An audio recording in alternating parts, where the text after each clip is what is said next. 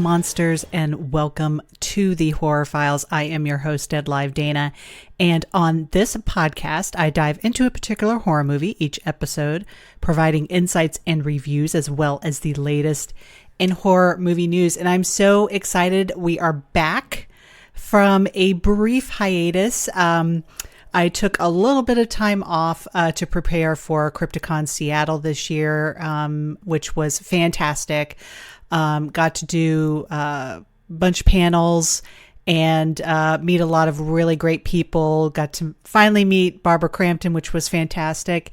And actually, it segues very nicely into this episode because I also got to sit in on a interview with director Joe Dante. And Joe Dante happens to be the director of the film we will be discussing this episode. So I'm very excited because this episode actually kicks off my Summer of Scares series. So think summer related horror, beach stuff, camp stuff, vacation, horror, even like summer horror blockbusters. It's a wide berth of summer related horror. And I'm very excited because we're basically kicking off with a horror classic. Like I said, it's directed by Joe Dante and actually was produced by the late, great Roger Corman, who just recently passed away. So the timing of this episode feels actually very, very appropriate because we're going to talk about both of these men who have just had an amazing career and this pretty amazing little film because it's definitely not safe to go back in the water because on this episode, I will be discussing the campy creature classic from Joe Dante, Piranha from 1978.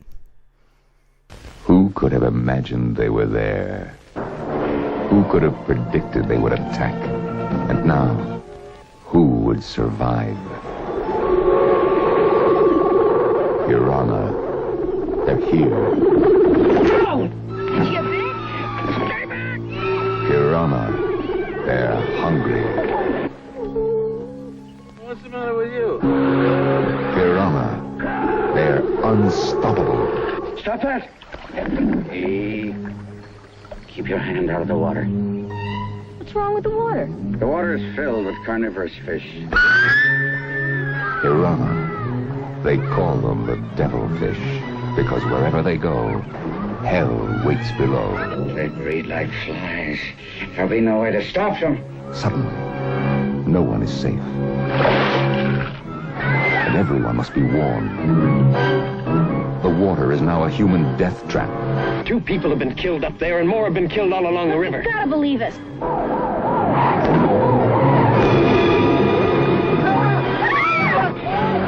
These are the man-eaters who go beyond the bite of all other jaws. Sharks come alone. Piranha come in thousands. Crazed by the scent of blood, they live by the taste of flesh. With razor teeth, they can strip a man to the bone in a frozen instant of terror.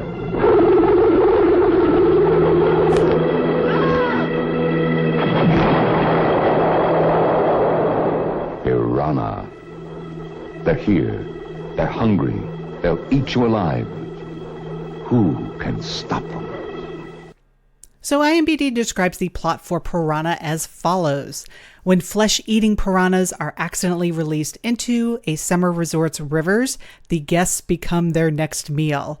The film, like I said, was directed by Joe Dante, written by Richard Robertson and John Sayles, and stars Bradford Dillman, Heather Menzies-Urick, Kevin McCarthy, Dick Miller, and Barbara Steele. There's some fantastic, the cast. I'm going to say up front that Joe Dante's able to get for a lot of his films. They reoccur, and Dick Miller is definitely one of them. But it's fantastic to see Barbara Steele in this too, because she's really great. I mean, considering the small role that she has in it, she's so good. She just brings like this little extra oomph to it. So but we'll get into all that. So before we do, I just want to give a couple little interesting things. So Steven Spielberg described this film as, quote, the best of the Jaws ripoffs.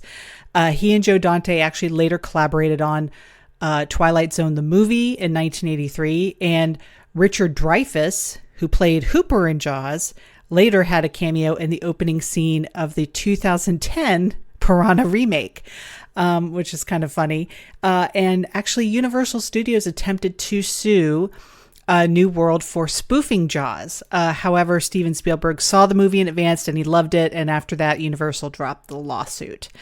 And director Joe Dante once said that he and his collaborator, Roger Corman, would submit this and other movies to the MPAA, make the suggested cuts to avoid an X rating, and then reinsert them before the films were distributed to theaters, since the MPAA didn't follow up once it had assigned its final rating. And I kind of love that because, Roger Corman movies are just kind of on another level in terms of, craziness, nudity, all this kind of stuff. So yeah. So let's get into it. Please be advised, of course, like I say always, there will be spoilers.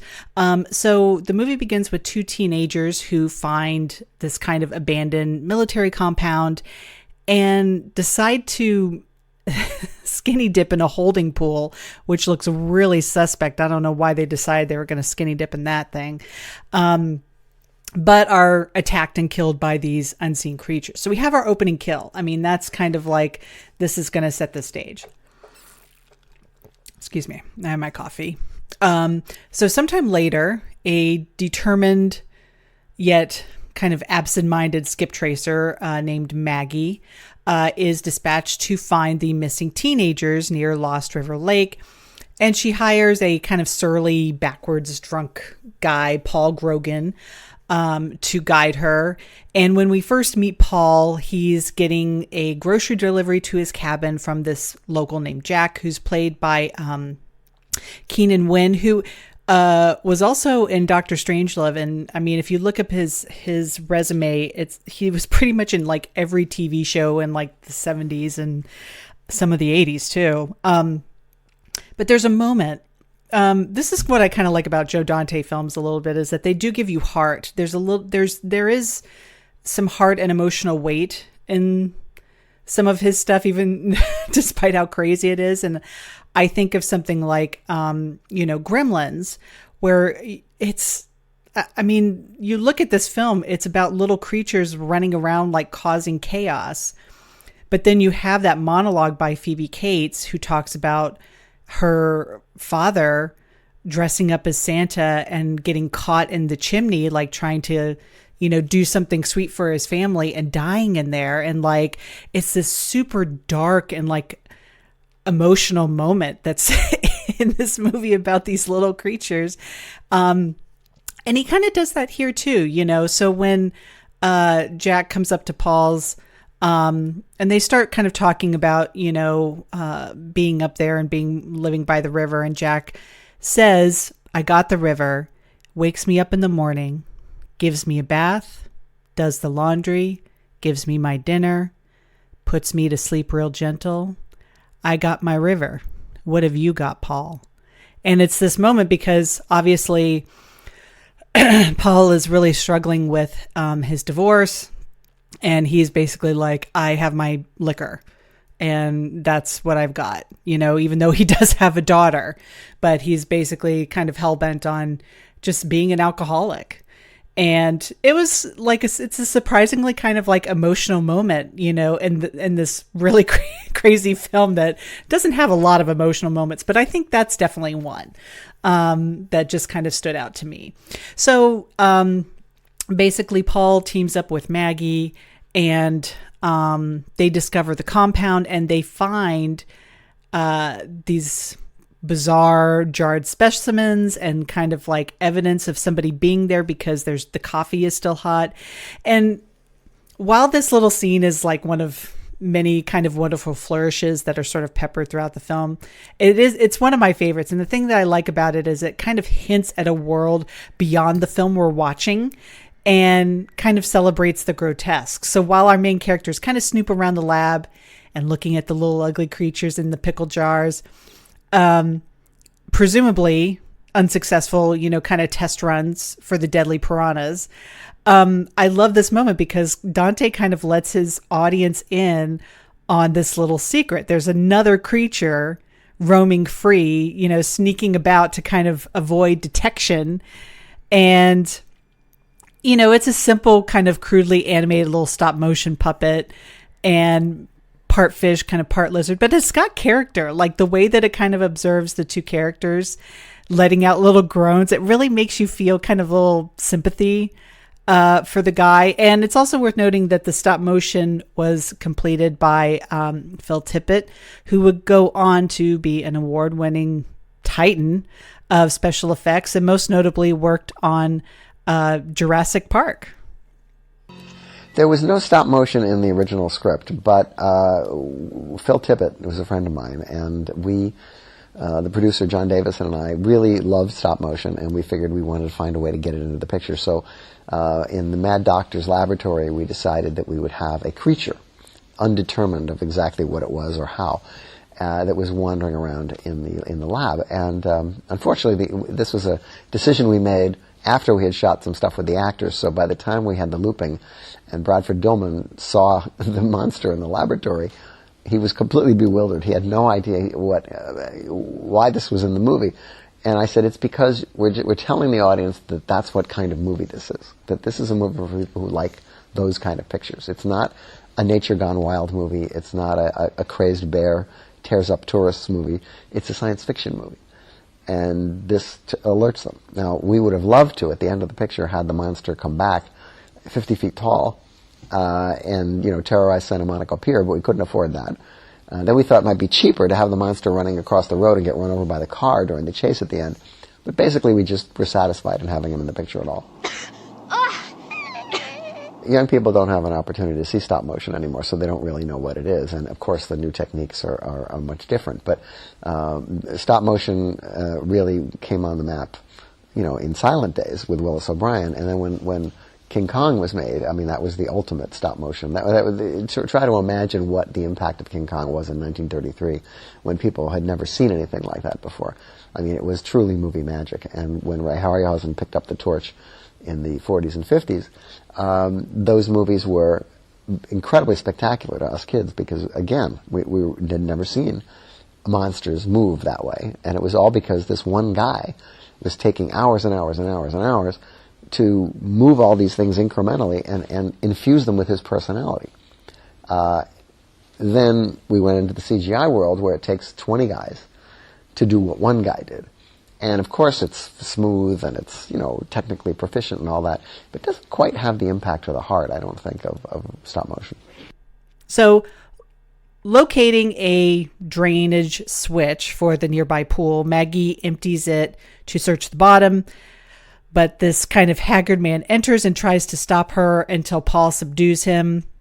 And the pair find a skeleton in the pool's filtration trap and learn that it was filled with salt water. So the man awakens, he takes their Jeep, but he crashes it due to him being disoriented, and is taken to Paul's home. And the next day, as the three travel downriver, the stranger tells the pair that the pool was filled with a school of piranha. And Maggie released them into the river. By emptying it, she just let them all out. So she and Paul are skeptical until they come across the corpse of Paul's friend Jack, which was kind of, so sad because it was like, I guess he bled out. Like, I don't know how long he was there because it looked like it was just his, like the bottom part of his legs that got eaten.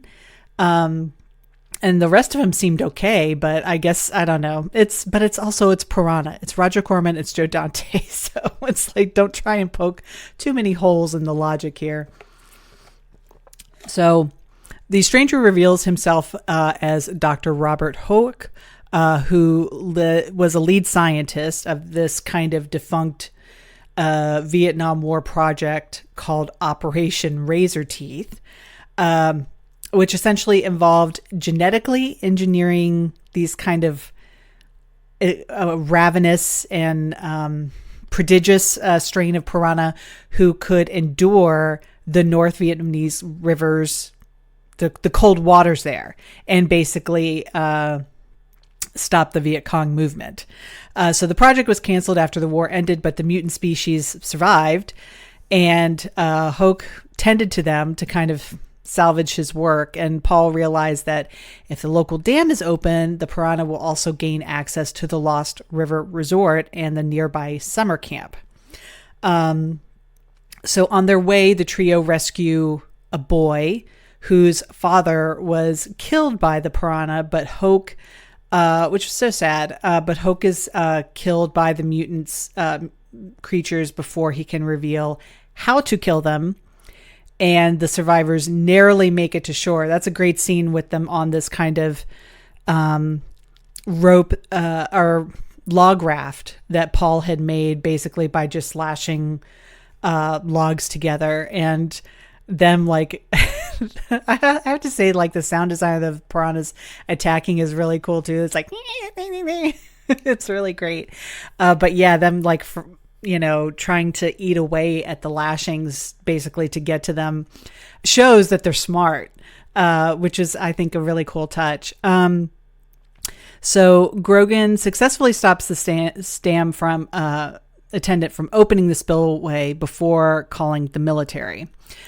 So this military team, led by Colonel Waxman and former razor teeth scientist Dr. Mengers, who was Barbara Steele, spread poison upstream, ignoring protests that the piranha survived the first attempt. So when Paul discovers a tributary that bypasses the dam, Waxman and Mengers quarantine him and Maggie to prevent them from alerting the media. So the pair escape, but Waxman alerts law enforcement to capture them while the piranha attack the summer camp, injuring the children and murdering Betsy, a camp counselor. That's what I also kind of love about this movie too. They go after the kids. So Waxman and Mengers arrive at the resort to intercept Paul and Maggie, but the piranha attack and they kill several vacationers and Waxman, intending to prevent the piranha from reaching the ocean and spreading around the world. Paul and Maggie kind of commandeer this speedboat, and they rush to this kind of closed up smelting plant in the hopes that they can use the industrial waste from it to kill the piranha. So they arrive at the plant before the piranha do, but the control office is submerged. So Paul has to go underwater with a safety line. And despite being pretty viciously attacked by the piranha, he manages to open the valves and Maggie pulls him to safety.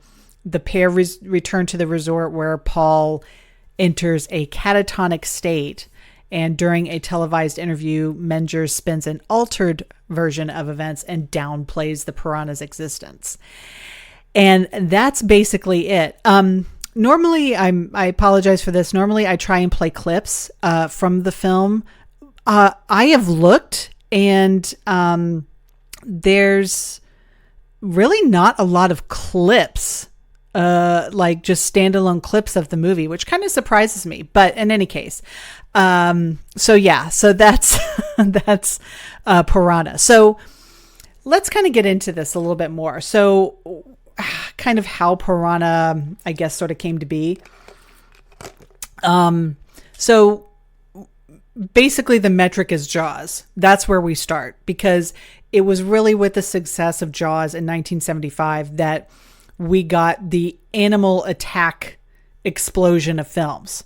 So you have them ranging from almost direct inspirations like William Girdler's Grizzly and Tentacles, down through slightly more off-brand efforts like Night of the Lepus and Frogs. There are even non-animal related films that kind of steal Jaws' structure, like The Car, which manages to rip off actually two Steven Spielberg films because it also contains elements of Duel.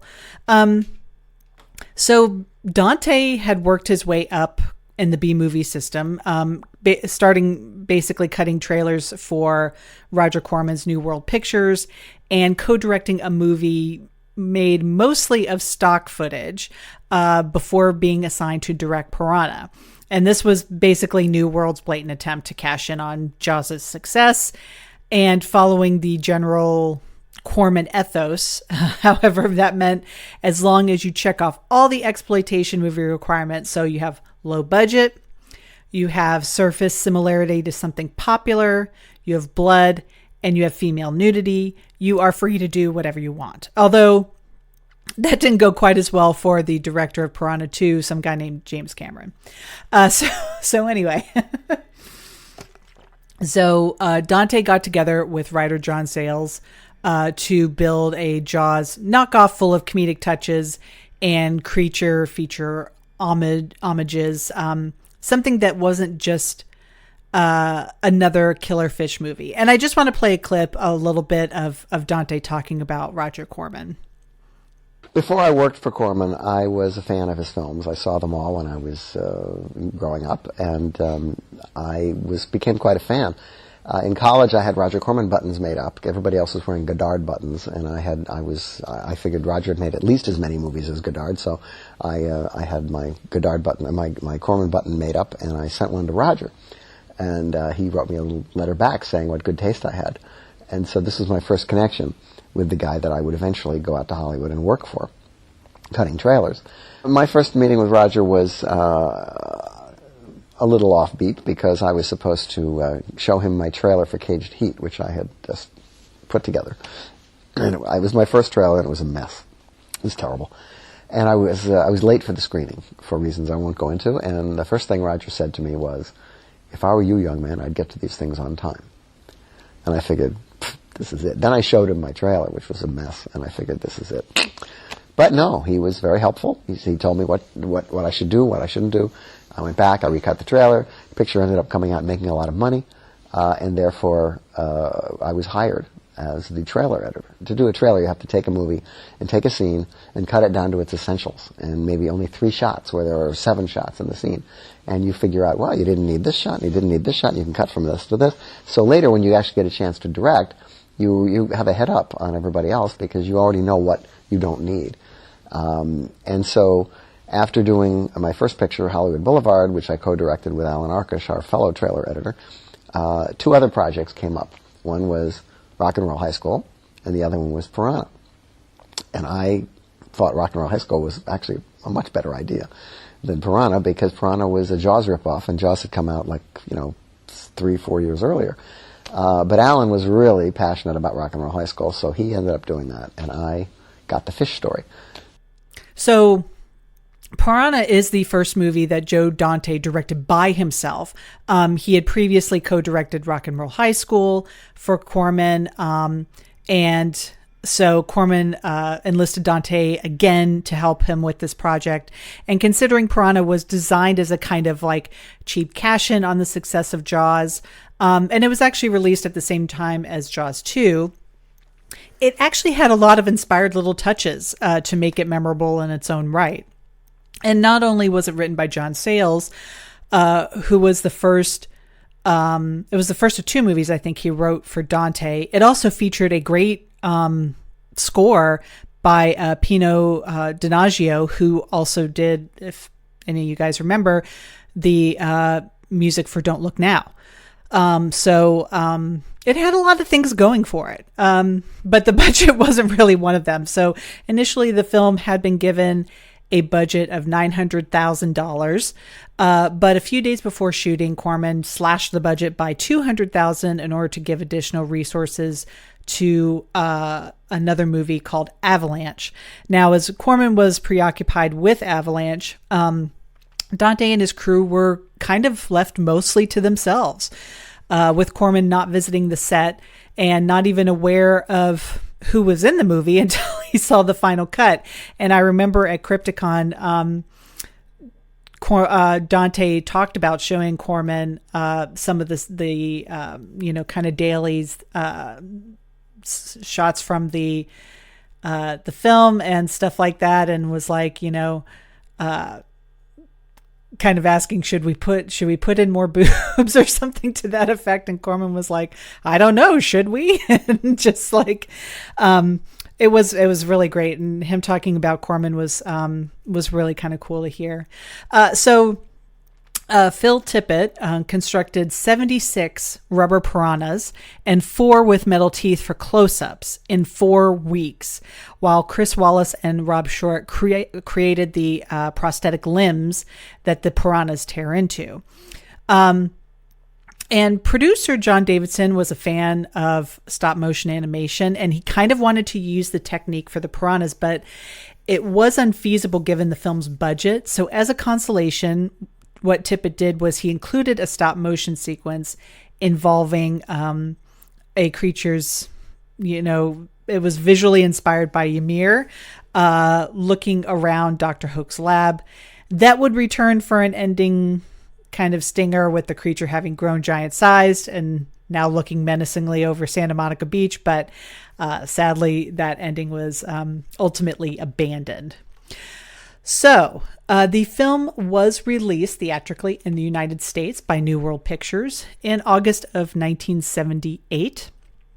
Given the proximity to Jaws 2, Universal had considered an injunction, but like I said, Spielberg convinced them otherwise. In 2004, New Concord Home Entertainment released the film on special edition DVD. In 2010, as a tie-in to the release of the remake, Shout Factory re-released Piranha on DVD and Blu-ray. And on March 13, 2015, the film screened in a R-rated Ultimate Edition presented by Fangoria, and special guests Rebecca McKendry, curator Mike Williamson, and actress Belinda Balaski. So, critical reception to the film. It received mixed reviews at the time of its release. Roger Ebert mocked the really bad special effects and the odd compulsion of the characters to jump into the water the very moment they discover it is infested by piranhas. Oh, well, the arrival of this cute little canine means it's time for Dog of the Week, the regular feature on this show where each of us picks the week's worst movies. That's right, Gina. My dog this week is a fish called Piranha. And how do you like this for an example of brilliant thinking? See, the government has this secret project to create a new breed of piranha fish that can live in salt or fresh water, can reproduce 3 times as fast as before, and can be a secret military weapon in the Cold War. But the fish are accidentally released into a river, and they start attacking innocent swimmers and families on vacation with their tiny little low-budget jaws. Well, my favorite scene is when a victim is in the water, being eaten alive by millions of piranha, and Kevin McCarthy comes to the rescue. Now, how does he come to the rescue? By diving into the water, naturally, and swimming toward the piranha. That's really great thinking, right? Next, they'll probably make a rip-off of the Towering Inferno, in which one guy jumps off the building and another guy jumps off to catch it. Variety wrote that the film was, quote, not without its exciting moments, and noted that the in-jokes for film buffs added a, quote, another dimension to a routine potboiler. Gene Siskel of the Chicago Tribune gave the film 1.5 out of 4, particularly objecting to the use of women and children as frequent targets of the attacks. Jill Forbes of the Monthly Film Bulletin called it, quote, a quickie from the Corman Company that can't decide whether to plump for horror, science fiction, or social comedy, and plays safe with something for everyone, and found it, quote, a lot of fun. Marjorie Bilbo of Screen International wrote that the film, quote, works as a spirited scream and giggle nonsense because there's always something happening, and Joe Dante directs with a slyly tongue-in-cheek awareness of the existence of Big Brother Jaws. The film later acquired a big cult status. It currently has a 71% on Rotten Tomatoes based on 28 reviews. The site critics' consensus reads, performed with a wink and directed with wry self-awareness, Piranha is an unabashed B-movie with satirical bite. To kind of recount this, there's a story that Dante has kind of amusingly told in multiple interviews.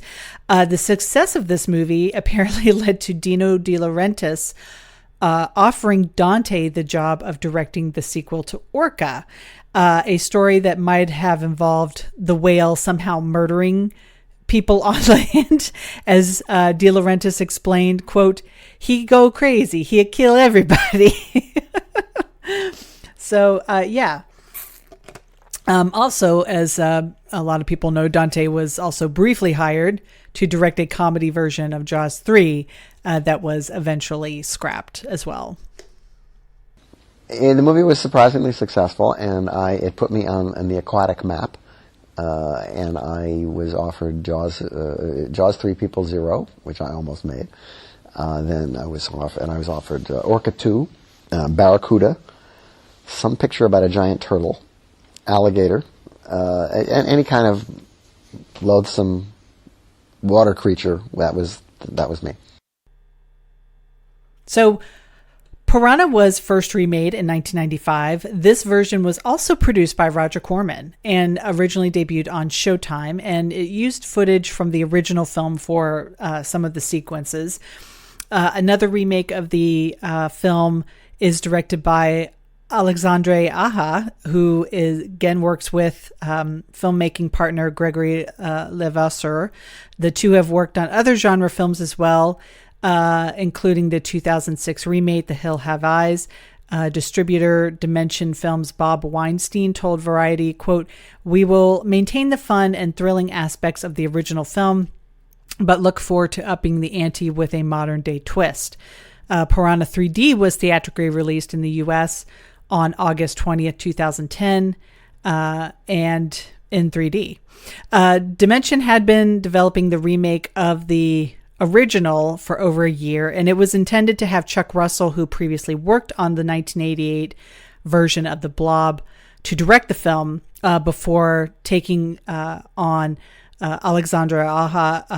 Aja intended to rewrite a previous script from Josh Stolberg and Pete Goldfinger. She explained, quote, "My goal is not to remake Piranha, but to create a completely new adventure paying homage to all the creature films.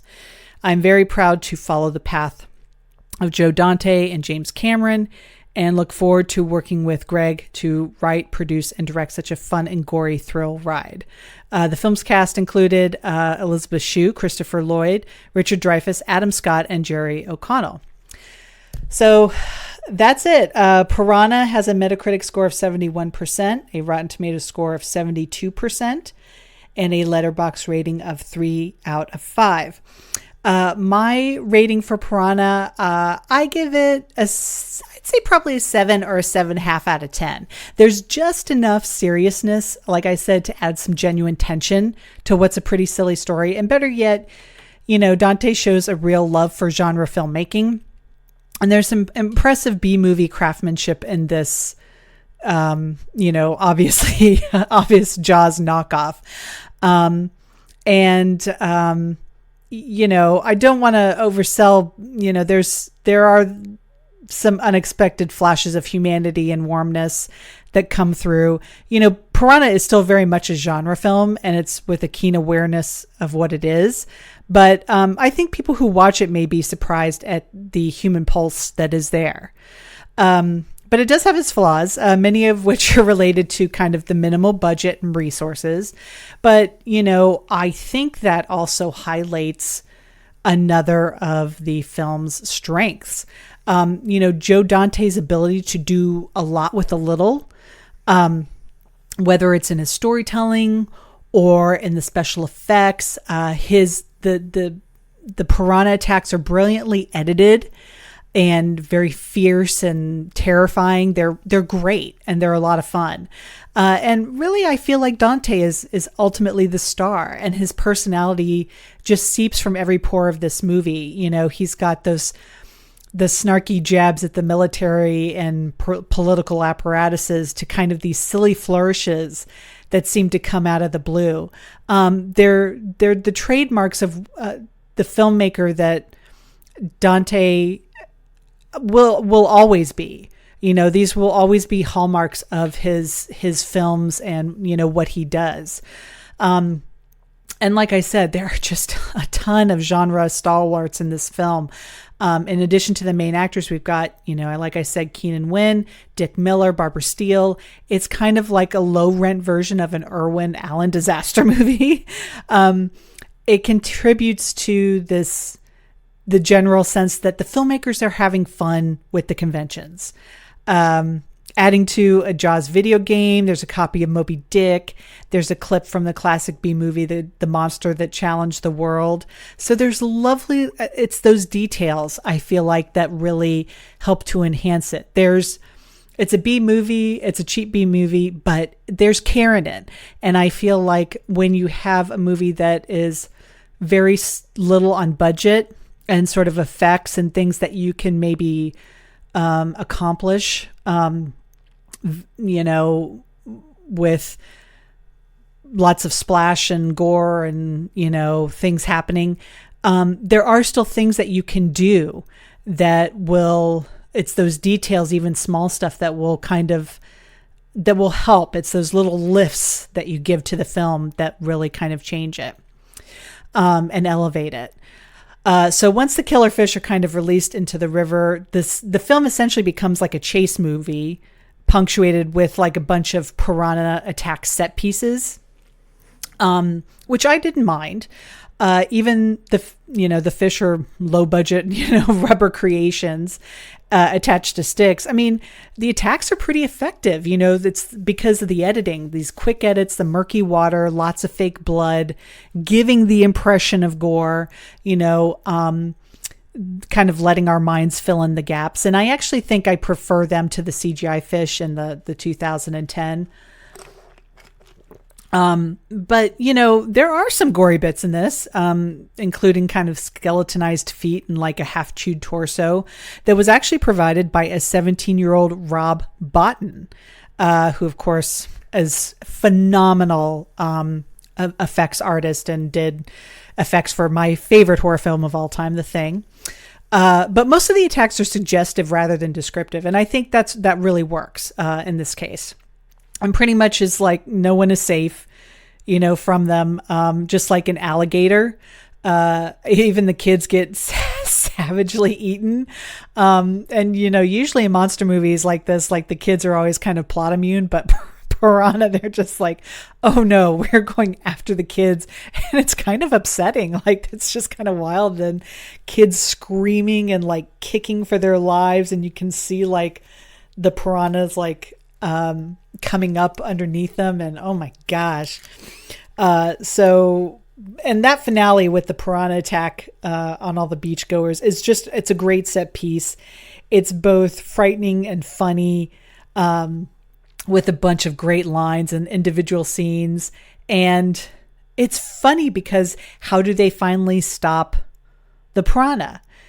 They do it by polluting the hell out of the lake. And Dante actually points out in the commentary for this, it's probably the only animal attack movie where the solution is actually to make the environment worse in order to stop them. So yeah, I feel like Piranha is kind of Scream for 1970s creature features. I mean, it's like, seriously, it takes the tropes of movies like Jaws and Willard and Orca and makes fun of them while also being a really decent example of the same kind of movie it parodies. And I think on this watch of it, because I hadn't seen this movie in a while, actually, I hadn't realized how intentional some of these gags are. And you can almost release this movie as is today, and it would be called a masterpiece of like postmodern commentary. So I think it really works. And I think that's why people like this film and why it's kind of a very endearing seems to be kind of a weird word to use. But I think that it is. It's like, it has a really good, ratings kind of across the board. And I think it's because like it's self-aware. It has great little details. It's fun to watch. It's not like, too much in kind of either direction, but it gives you enough. It gives you enough that it's like entertaining, and you'll have a couple laughs at it, but you'll also be like, oh crap, like there will be moments of tension and all of that sort of stuff. So yeah, I think it's great. The movie is available to watch on Peacock, Philo, Zumo Play. I don't know what the hell that is. Tubo, Pluto TV, Sling TV, the Roku channel, Fandango at Home, Crackle, Plex, Fubo TV, Amazon Prime, AMC Plus, Google Play, Redbox, Apple TV, and YouTube. Basically, you have no excuse to not watch Piranha. It's on every, I think it's like on every streaming platform there is. So go watch it. So that was Piranha. And now let's head over to the Horror Files News Corner.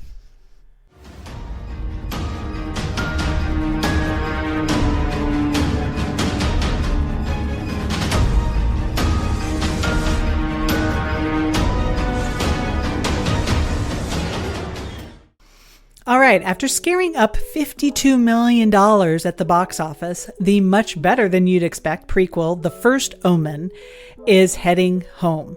20th Century Studios will release director Arkasha Stevenson's The First Omen, which is a prequel to the original horror classic The Omen, on At Home Digital on May 28th, 2024. The film will also hit Hulu on May 30th, followed by Blu-ray and DVD on July 30th. The bonus features include The Mystery of Margaret, the director's vision, signs of the first omen.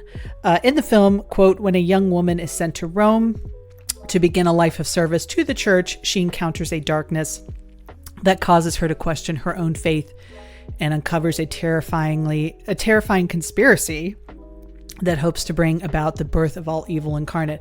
I actually really enjoyed The First Omen. Surprisingly, I am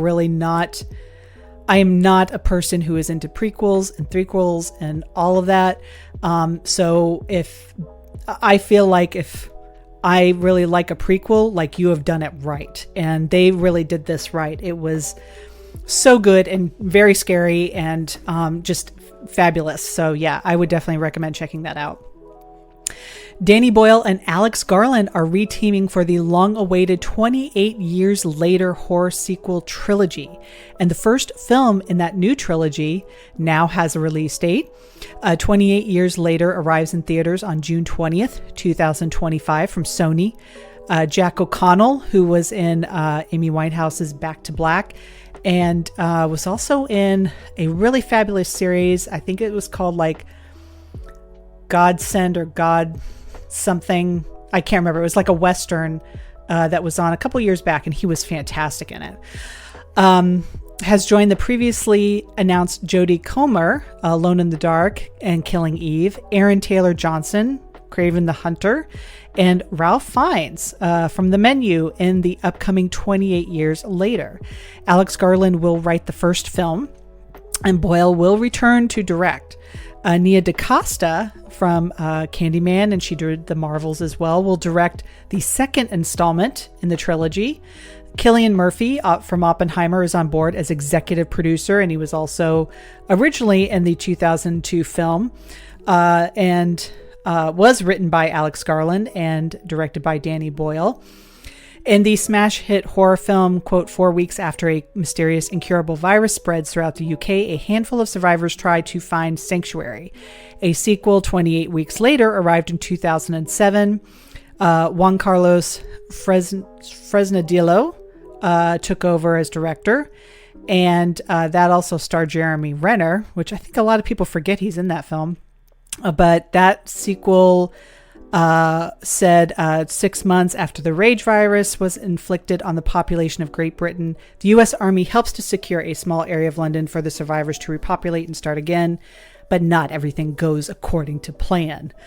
Talks of a third installment in the franchise have been coming and going for the last several years now, and at one point it was going to be titled 28 Months Later, but it looks like this one is finally getting off the ground here. So, and with quite a cast and quite a time jump.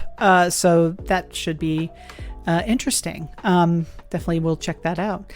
While we wait to see what happens with A24 and Peacock's planned Friday the 13th TV series Crystal Lake, which is currently undergoing a showrunner change, Horror Inc. has announced Jason Universe via an exclusive report from IGN this past week, which is said to be the dawning of a, quote, new era from the original owners of the Friday the 13th franchise. Well, what does that mean? So IGN details in their report that, quote, new Friday the 13th activations will span a wide range of platforms from entertainment, games, immersive experiences, merchandise, and more to be announced throughout 2024. For decades, Jason shocked and thrilled audiences who kept coming back for more. We're excited to work with Victor Miller and Mark Toberoff on new projects we'll announce in the coming months, said Robert Barasmian, president of Horror Inc. He said, quote, "We're focused on honoring the legacy while elevating the fan experience and appealing to today's horror audiences as we develop new ways to watch, interact, and engage with the Jason universe." With the unique ability to remain at the forefront of pop culture for 44 years, Jason continues to top charts, wow, as one of the scariest villains of all time, with strong global awareness across multiple generations, thanks to billions of TikTok views plus millions and millions of gamers and movie fans, said Sherry Cohn, global GM of Horror Inc. "We can't wait to introduce new Jason universe activations to these amazing fans." So Victor Miller is the writer of the original Friday the 13th, who won back the rights to the original horror classic several years back. And that film's director, Sean Cunningham, has been battling Miller over the legal ruling ever since. So from what we gather, Miller, Mark Toberoff, and Robert Barasmian are joining forces for the Jason universe means that the team has access to any and all existing elements of the Friday the 13th franchise. Same goes for the Crystal Lake series, which all three are also involved in. But it doesn't mean that they can make any new Friday movies. So former Crystal Lake showrunner Brian Fuller explained back in 2022, said, quote, "The movie rights are a completely different thing. They are tied up at New Line and are super, super messy." An official website for the Jason universe has been launched this week, where you can sign up to receive updates and the latest news from the new venture. So, sorry. I think that, listen, I'm not the ultimate Friday the 13th fan. I do enjoy him, but I know a lot of people who that's their absolute favorite. And I feel like I can say that what the fans of Jason want more than anything is not new merchandise on stuff that's already been released for 44 years. I think they'd like a new movie. I think they just want to see more of Jason and, new Jason. Like these are movies that, have kind of been watched over and over, and there's been so much money that has already they've spent on, merchandise and collectibles and Blu-ray sets and, all of this kind of stuff. And that's fine. And, no skin off of them if they want to, keep doing that. I certainly understand why. But I don't know. It feels like this is, this really is a fight over money, which I can understand that. But I feel like fans more than anything else really would like to see some more movies. I would like to see some more movies. I mean, surprisingly, I'd like to see some more Friday the 13th movies. I really hope at some point this can be all resolved and worked out, because it's just been super, super messy. So we can keep our fingers crossed. So that's it for this week, you guys. Thank you so much for listening. As always, you can find me on Letterboxd, Twitter, and Threads at Dead Alive Dana. And if you have any questions or suggestions for future episodes or for movies for me to talk about, you can email me at deadalivedana@gmail.com. And until next time, monsters, stay safe, and most importantly, stay spooky.